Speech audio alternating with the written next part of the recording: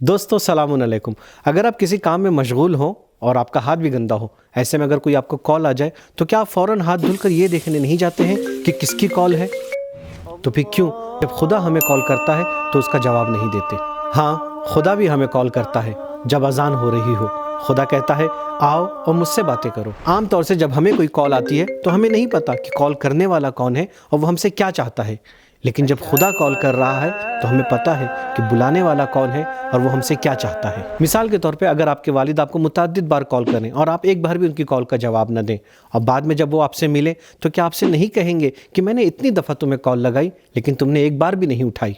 سوچیں، اگر خدا نے ہم سے یہ پوچھ لیا کہ میں نے اتنی دفعہ تمہیں بلایا لیکن تم ایک بار بھی نہیں آئے۔ مولانا صاحب، دل پاک ہونا چاہیے۔ نماز روزہ ضروری نہیں ہے، اگر ہم اچھے انسان بن کر رہیں تو خدا خود ہمیں جنت نصیب کرے گا۔ نہیں، کتاب ہدایت کہتی ہے صرف دل کا پاک ہونا کافی نہیں ہے۔ آمنو و عملوا الصالحات، ایمان اور عمل صالح دونوں ضروری ہے۔ بہت سے عمل صالح میں سے ایک نماز ہے اور ایک روزہ۔ نماز کی طرف بے توجہی یعنی خدا کی شان میں جسارت و گستاخی کرنا ہے۔ مثال کے طور پہ اگر آپ کسی کی شان میں گستاخی کریں اور پھر اس سے کہیں کہ برا مت مانو، میرا دل تو پاک ہے، اور پھر دوبارہ اس کی بے عزتی کریں، تو کیا اسے برا نہیں لگے گا؟ ایک اور سوال، اگر آپ سچے دل سے کسی کے عاشق ہیں تو کیا اس کی بات نہیں سنتے، وہ جو کہے نہیں مانتے؟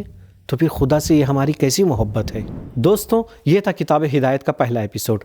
اگلے ایپیسوڈ میں ایک نئے سوال کے ساتھ پھر سے آپ کی خدمت میں حاضر ہوں گے۔ تب تک کے لیے ہمیں اجازت دیجیے۔ خدا حافظ، شکریہ۔